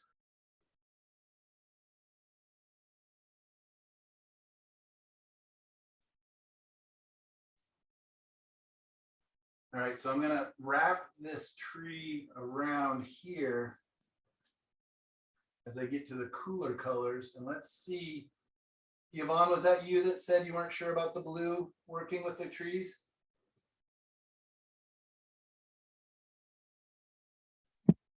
Yes. Okay, so let's see, because you could be completely right. And I was pretty scared of that blue to start with, but let's see if we hug it and get rid of that orange band a little bit. And Michelle, this is where the smearing is going to happen, and I have to decide, is that a good smear or a bad smear?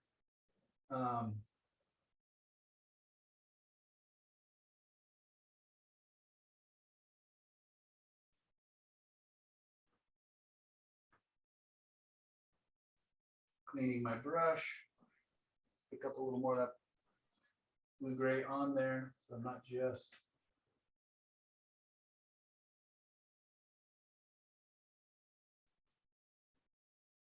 I'm gonna have a lot of hairs to come back and pick up when this painting is after we're done here today.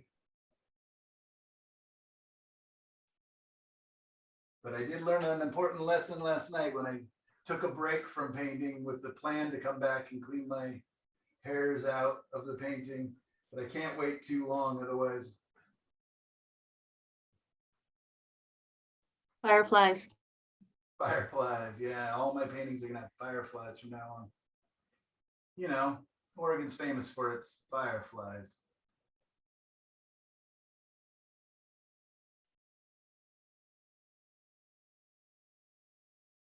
That's really nice. So that helped. I don't know, Yvonne, what you think. If it, I mean, I'll still keep coming down and in, but I think by having a lot less of that super hot band, you can see the difference between the top and the bottom of the painting. It did help.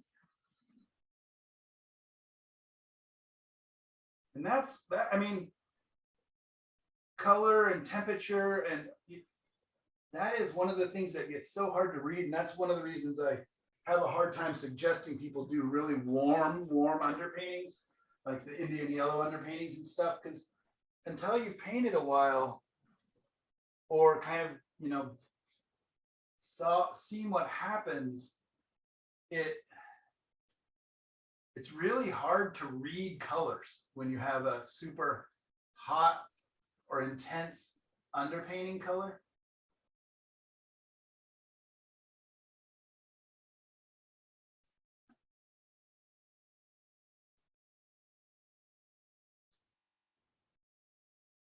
I'm always so impressed with plein air painters that can paint like on top of a bright, bright red canvas.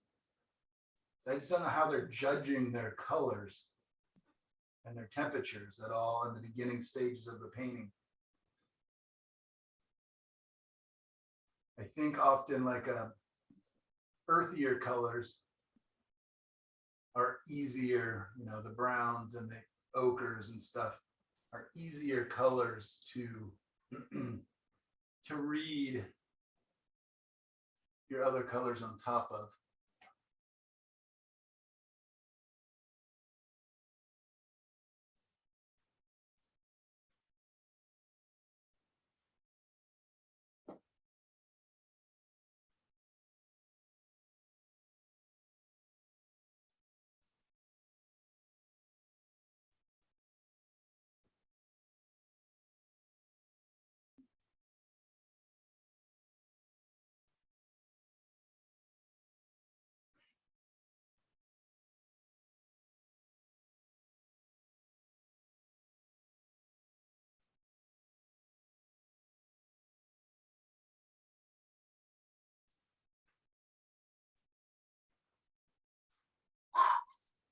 I, That's when I I'm nervous because I just hold my breath.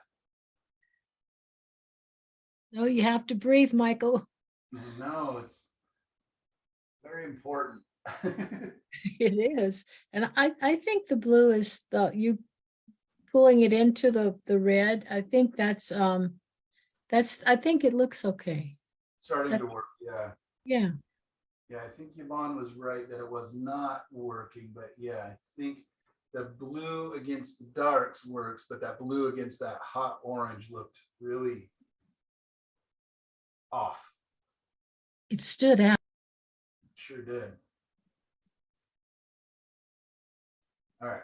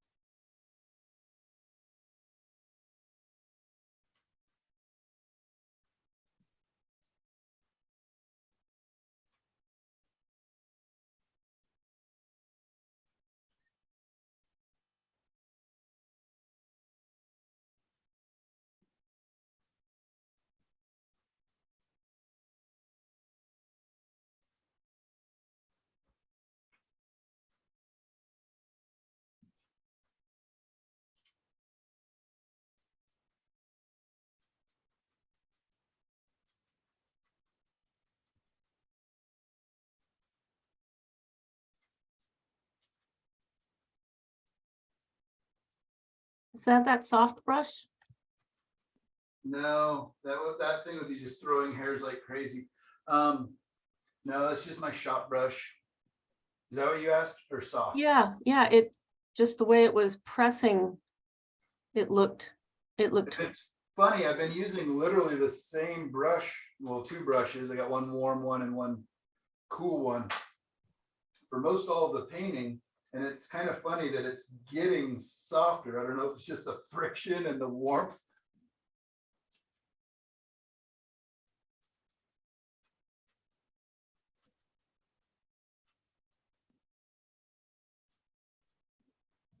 Or the paint thinner, or I don't know.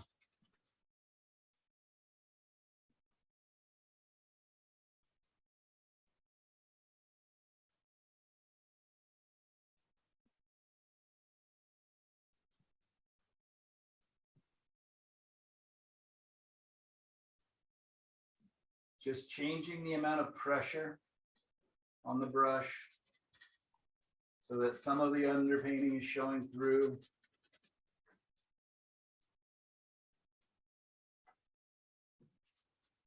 Getting hungry.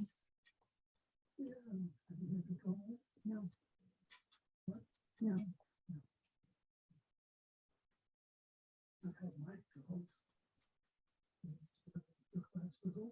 Mm-mm. Thinking about the distance that I am from, well, in this case, the reflection of the light source.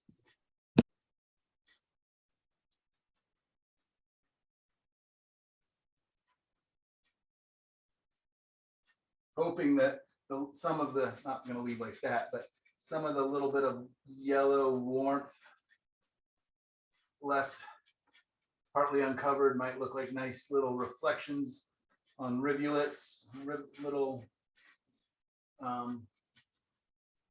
movement in the water, picking up some of the warmth.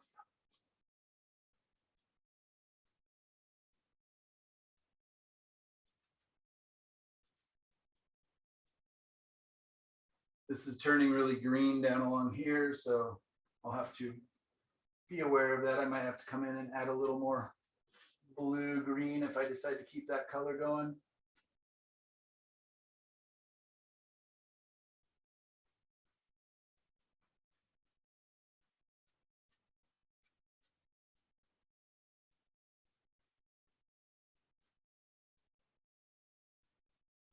Clean this brush in a little bit because I want to start getting into that warmer area of the sky.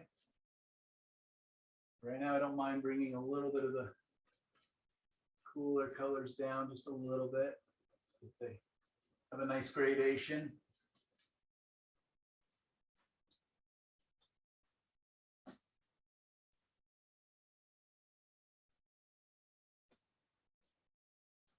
I'm going to use this opportunity as I'm cleaning off the brush a lot better here to step back again.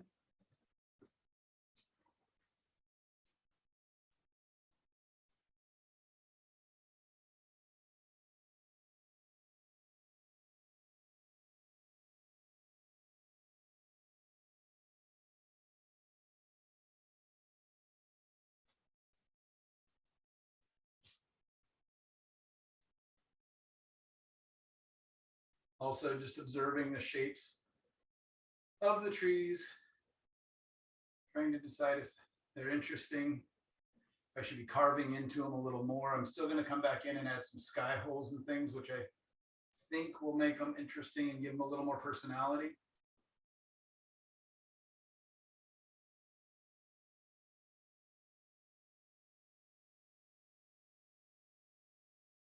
I think just that subtle color across the bottom and the water and the top of the canvas keeps our eye right on the focal point of the reflections in these trees, and yet it opens you up to move within that the water at the shoreline to see everything. Thank you. I agree. I think I understand.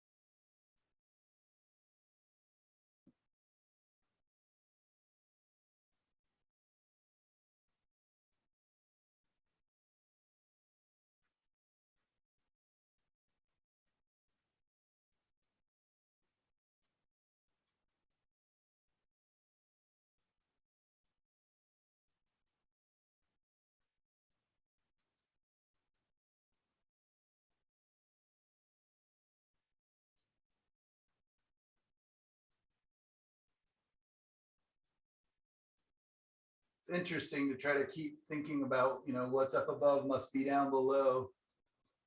as well as blending the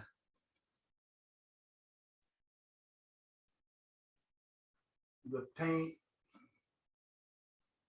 trying to hug in against that warm glow.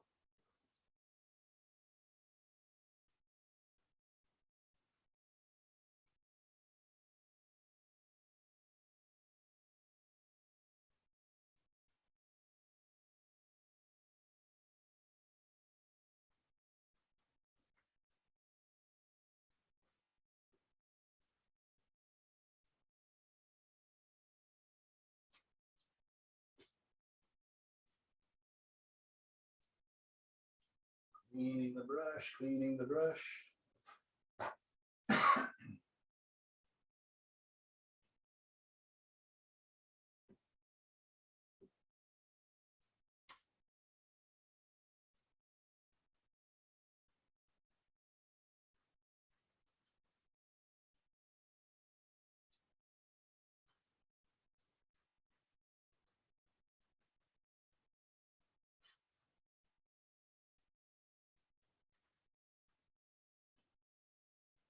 Got a little bit cold in this. I added too much just pure white, which makes it, you know, colder. And I don't want a cold light source. That wouldn't work with this painting. So I'm gonna add a little yellow and come back down and in.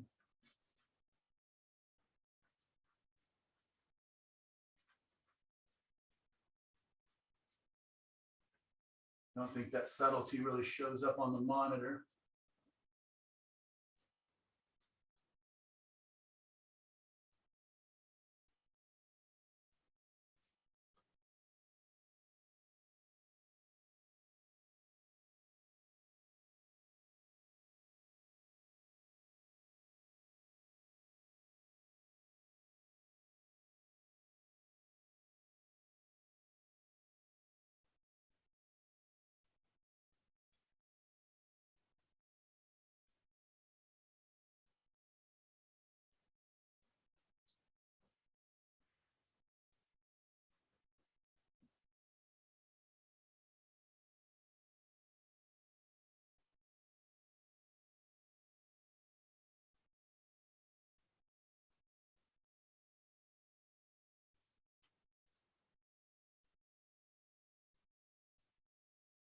Getting some of that smearing we were talking about down here.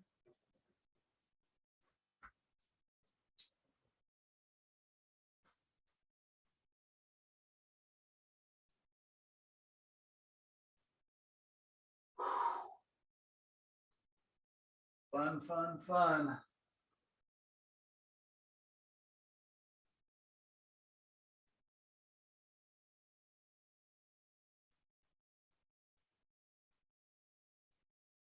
And I'm gonna maybe pick up a littler brush here and start playing with some sky holes.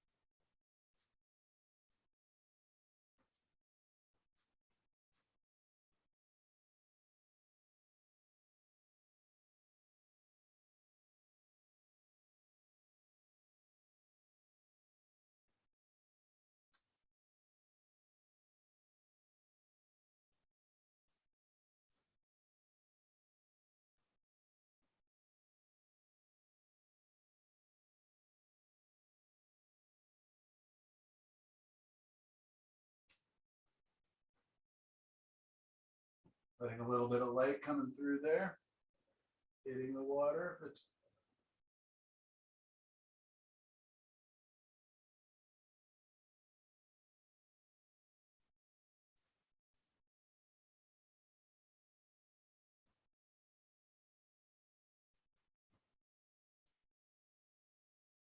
let's get it a little cooler, more pink.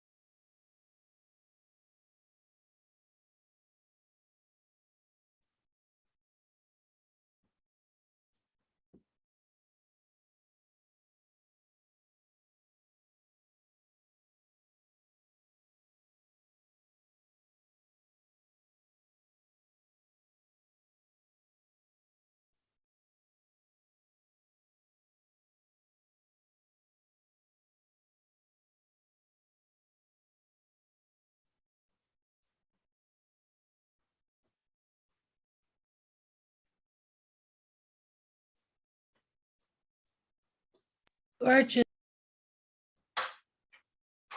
That little edge there kind of just gives such credibility. Yeah, just trying to kind of strengthen the separation a little bit without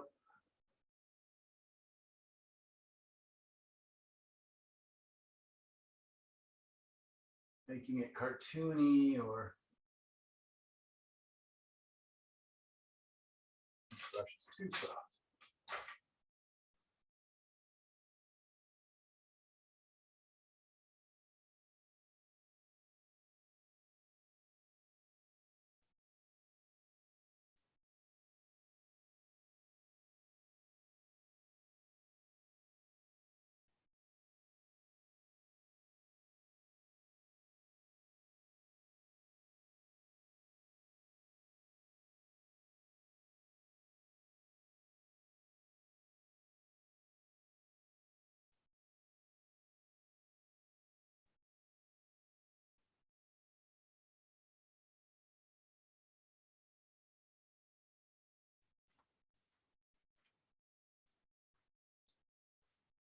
So there we get a little bit of separation. I'll probably, soften some areas a little bit by simply just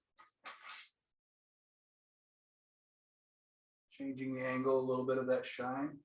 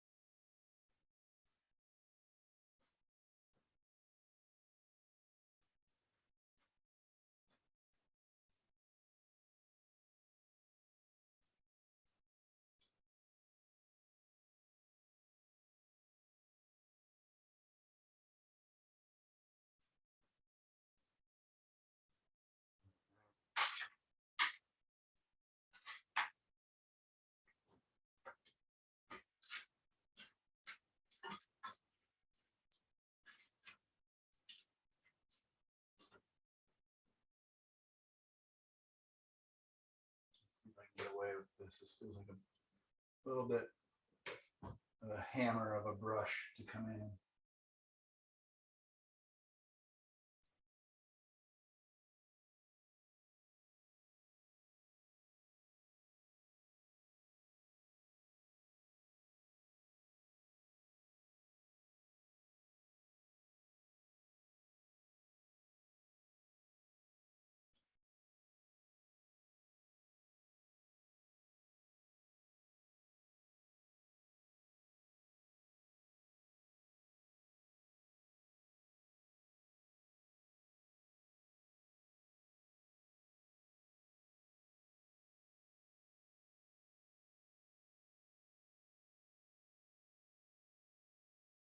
Make sure I'm not making the same mark over and over when I get into sky holes.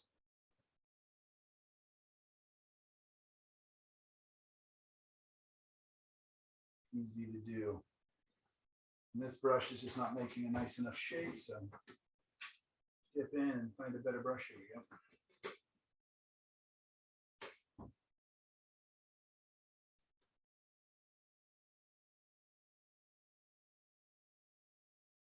When your tool is not working for you, just take a second, get a better tool.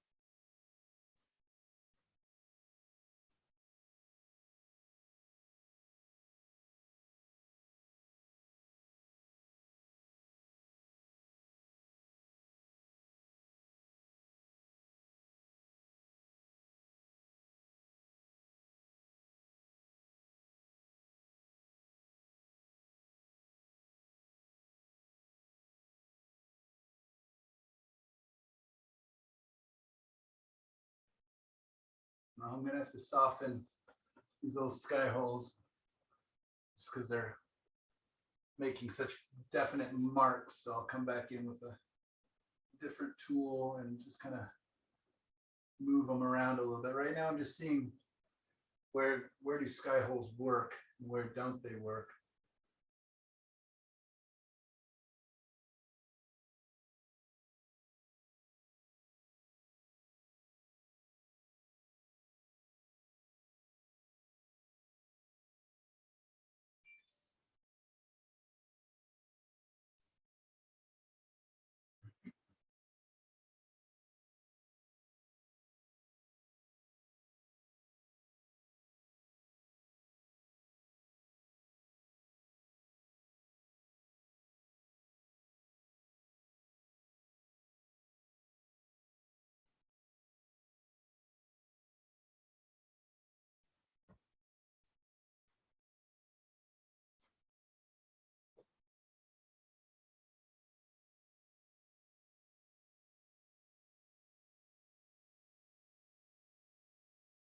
I also don't want the sky holes to be very bright. It's not that much light coming through and there's quite a lot of atmosphere.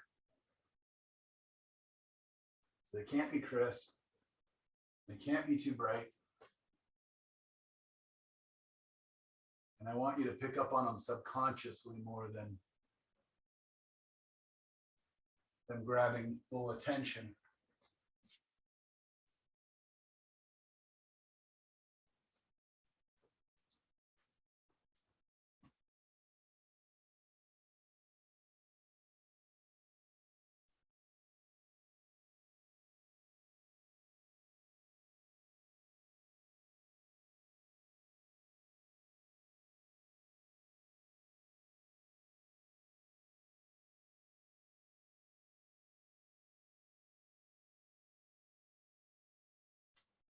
And I think it's an hour longer here class. So hopefully the one or two of you that are holding out enjoyed it, but I think it's going to be about time for me to go get some breakfast here.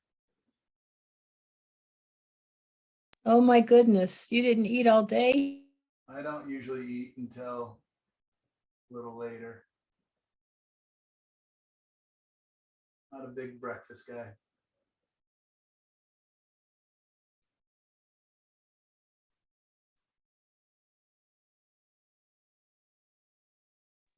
Well, thank you so much, Michael. Thank you for everything. I really Oh, appreciate it's my it. pleasure. This was a super fun group as always. But yeah, hopefully we can get the band back together in January and Is it the 12th? January 11th is what I have.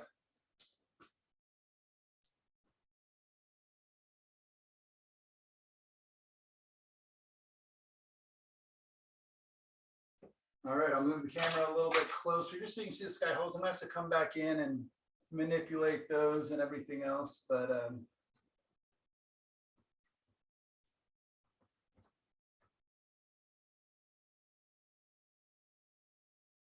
That's beautiful.